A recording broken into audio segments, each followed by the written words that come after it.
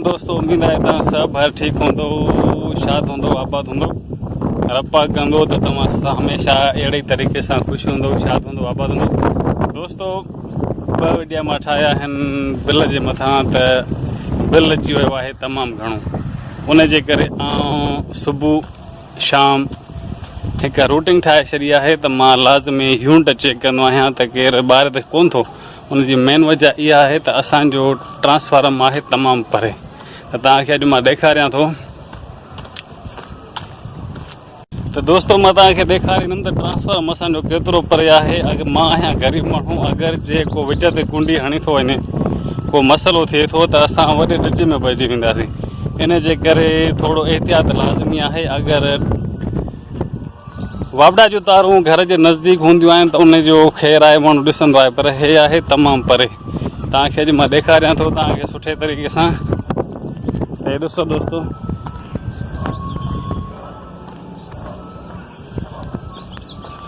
इहे तारूं तव्हां ॾिठियूं हूंदियूं।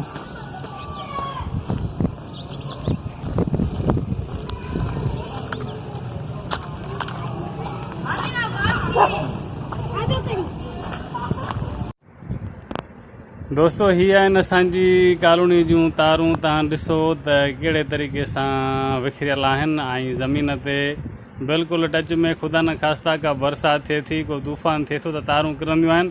कंहिं बि क़िस्म जी काई बि सेफ्टी प्लानिंग न आहे। ऐं तव्हां ॾिसो था हे तारूं मथे आहिनि, हिन जा पूरा मां 2000 रुपया भरे मां तार कराई मथे। पर आॾो तव्हांखे मां नेक्स्ट टाइम ॾेखारींदुमि त जिथे तारुनि जो तमामु वॾो गुशो आहे, जिथे काई ख़बर कान थी पए त असांजी तार हितां आख़िर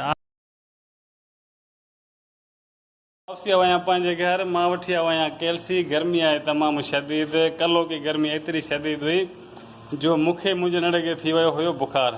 त दोस्तो अॼु बि मौसम तव्हां ॾिसो बिल्कुलु साफ़ त आहे, पर गर्मी जो ज़ोर तमामु घणो आहे। आसमान ते बिल्कुलु तव्हां ॾिसो त इन धुंध आहे। बरसाति जो मौसमियात वारनि ॿुधायो आहे रपा कंदो त बरसाति थींदी, पर रहमत वारे थींदी। जंहिं इलाइक़े में असां रहूं था असांखे तमामु थींदो आहे भउ। उनजी मेन वजह इहा आहे त हिते बरसाति हे आहे हेठां ई वारो इलाइक़ो। हिते बरसाति थींदी आहे, पाणी थींदो आहे तमामु घणो जमा। ॿाहिरि वञिणो हुजे, शहर वञिणो हुजे, रोड रस्ता बिल्कुलु पाणी हेठि हूंदा आहिनि। पर पोइ बि मालिक सणाई कंदो, वक़्तु आहे गुज़री वेंदो।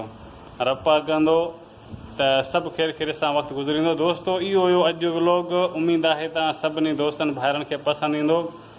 मिलंदासीं नेक्स्ट वीडियो में। टेक केयर, पंहिंजो रखिजो तमामु घणो ख़्यालु। गुड बाय, अल्लाह हाफ़िज़, टेक केयर।